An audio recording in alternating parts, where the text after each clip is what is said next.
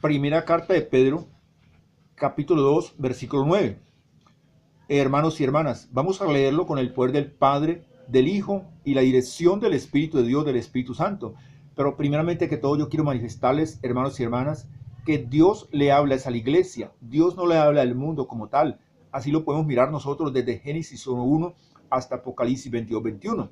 Dios le habla a la iglesia. Miremos lo que dice Dios en su palabra en la primera carta de los Corintios 2:14. Dice que para el mundo esto es locura. Primeramente que todo porque ellos no la pueden entender, ya que esto se debe discernir espiritualmente, y así lo miramos. Dios en su palabra nos revela esto en el Evangelio de Mateo, capítulo 10, versículo 20. Dice que no sois vosotros los que habláis, es el Espíritu de vuestro Padre que habla en vosotros. Para yo poder llevar un mensaje al mundo, a las naciones, primeramente que todo, tengo que tener la dirección del Espíritu de Dios, del Espíritu Santo. De resto no puedo hacer absolutamente nada. Para yo poder llevar una palabra viva, no una palabra muerta, ni una palabra herida. Cuando yo me refiero a esto es porque yo le sirvo a un Dios, a ese Dios vivo, a ese Dios que habla Dios en su palabra, y escrito está en el libro de Génesis 1:1, donde dice que yo le sirvo a ese que creó los cielos y la tierra con su gran poder, aquel que nos dio ese aliento de vida, ese espíritu de vida. Yo no le sirvo a un hombre, yo no llevo una palabra herida, una palabra muerta. Cuando nosotros le servimos a un hombre es que llevamos una palabra herida. ¿Por qué? Porque tenemos que someternos a esos dogmas. ¿Qué es un dogma? Es la religiosidad que se habla de la religión católica, de muchas religiones. ¿Por qué? Porque son tratados que han hecho hombres o mujeres en un pasado y se las obligan a creer a la membresía y le dicen que esto es revelado por Dios, y eso no es así. Por eso es que nosotros vemos tanta apostasía en las congregaciones. ¿Por qué? Porque es una palabra leída, porque se siguen doctrinas de hombres, no es una doctrina de Dios. Y yo, para poder llevar una palabra viva, tengo que tener la dirección del Espíritu de Dios, del Espíritu Santo. Bien, hermano.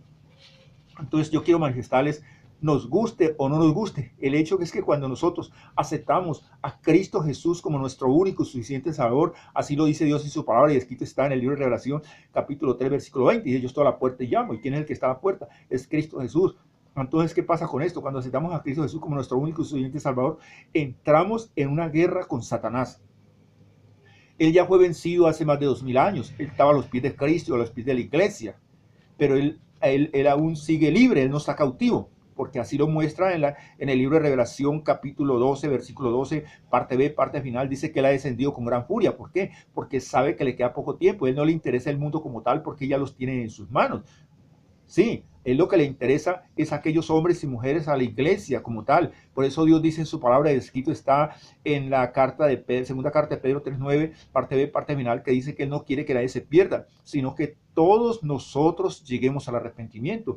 Él nunca nos está mandando que critiquemos, que juzguemos, que señalemos, que murmuremos, que condenemos a nadie. No, así lo dice Dios en su palabra, escrito está en el Evangelio de Mateo, capítulo 7, versículo 1 en adelante. Dice: no juzguéis para que no seamos juzgados, porque con la misma vara que medimos seremos medidos. Él nos manda a orar, Él nos manda a interceder para que esta iglesia despierte. ¿Por qué?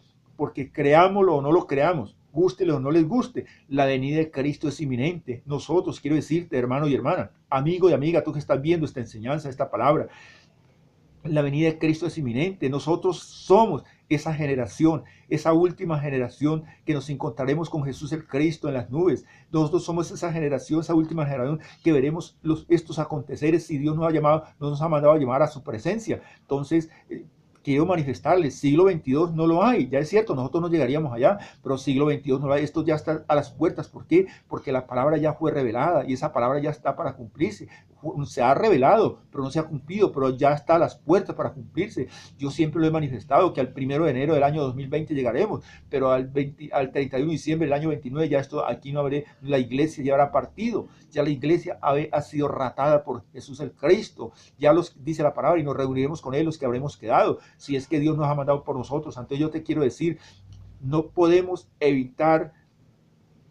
nosotros, cada uno de nosotros, no podemos evitar alistarnos en el ejército de Dios. La palabra de Dios nos dice y nos proclama de la siguiente forma, y lo vamos a leer con el poder del Padre, del Hijo y la dirección del Espíritu Santo. En 1 Pedro capítulo 2, versículo 9 dice: mas vosotros sois un linaje escogido. Mira lo que dice Dios en su palabra. Mas vosotros, se está refiriendo a ti que estás viendo este mensaje, a ti, hermano y hermana, a ti, amiga y amigo. Dice: mas vosotros sois un linaje escogido, real sacerdocio. ¿Por qué somos ese real sacerdocio? Porque somos sacerdotes que ministramos la palabra del Señor, nación santa, pueblo adquirido por Dios, para que anunciemos las virtudes de aquel que nos llamó de las tinieblas a la luz admirable. Así lo dice Dios en su palabra, y escrito está en el nombre de Cristo Jesús y a través del Espíritu de Dios, del Espíritu Santo.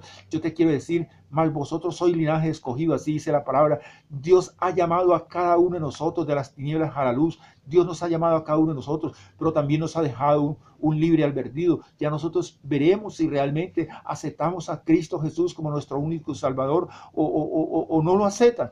Dios nos ha dejado allí, pero Dios no quiere que nadie se pierda. Por eso Él nos llama a nosotros para que intercedemos, para que oremos, para que clamemos a Él, para que esta iglesia, para que todos nosotros, la iglesia del que no está aún, también abra su corazón a Cristo. Yo te quiero decir, sin embargo, Satanás es el gobernador de las tinieblas. Él es el gobernador. A Él no le agrada que abandonemos ese reino para venir a servir a nuestro maravilloso Señor Jesús el Cristo. Y miremos lo que dice Dios en su palabra en la segunda carta a los Corintios, capítulo 4, versículo 4, dice, en los cuales el Dios de este siglo, se está refiriendo al mismo diablo, con los demonios lo reprenda, se está refiriendo a Él. ¿Por qué? Porque Él es el Dios de este siglo. Él cegó el entendimiento de los incrédulos. Cuando se está refiriendo, Él cegó a los entendimientos de los incrédulos. ¿A quién se está refiriendo? A esos hombres rebeldes, caprichosos que hay allí en las congregaciones, que hay en la iglesia. Dios le dice, en los cuales el Dios de este siglo les cegó el entendimiento de los incrédulos, para que no les resplandezca la luz del evangelio de la gloria de Dios. Por eso es que hay tanta apostasía, por eso es que hay tanta herejía.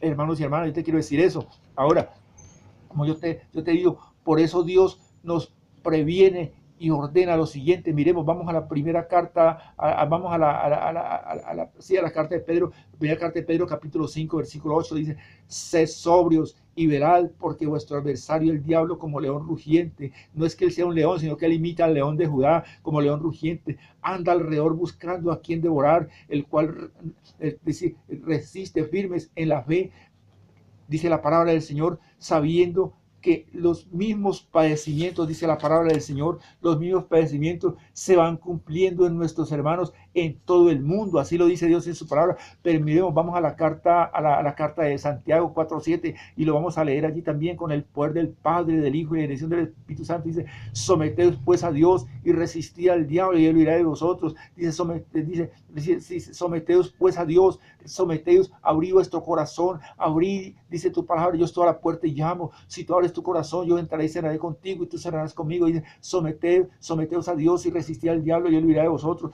Ningún cristiano está exento de esta guerra. Ninguno de nosotros estamos exentos de esta guerra después de haber aceptado a Cristo como nuestro único suficiente Salvador. Desafortunadamente, son muchos los que piensan que pueden evitar inmiscuirse en esta contienda y se cuidan de no saber nada, de no hablar de ello, pero tenemos que saber que la palabra de Dios muestra que esta forma de pensar es falsa. Por lo tanto, como no tenemos otra opción sino enfrentar al enemigo, aprendamos del Señor cómo vencerlo. Dice Dios en su palabra, porque Él dice en su palabra, y escrito está, que nuestras armas no son carnales, sino poderosas en Dios, para la destrucción de fortalezas, derribando todo argumento y todo aquel que se levante contra el conocimiento de Dios, y llevando cautivo todo pensamiento a la obediencia a los pies de Cristo. Amigo, amiga, yo sé que esta palabra ha tocado tu corazón hasta lo más profundo de nuestro ser.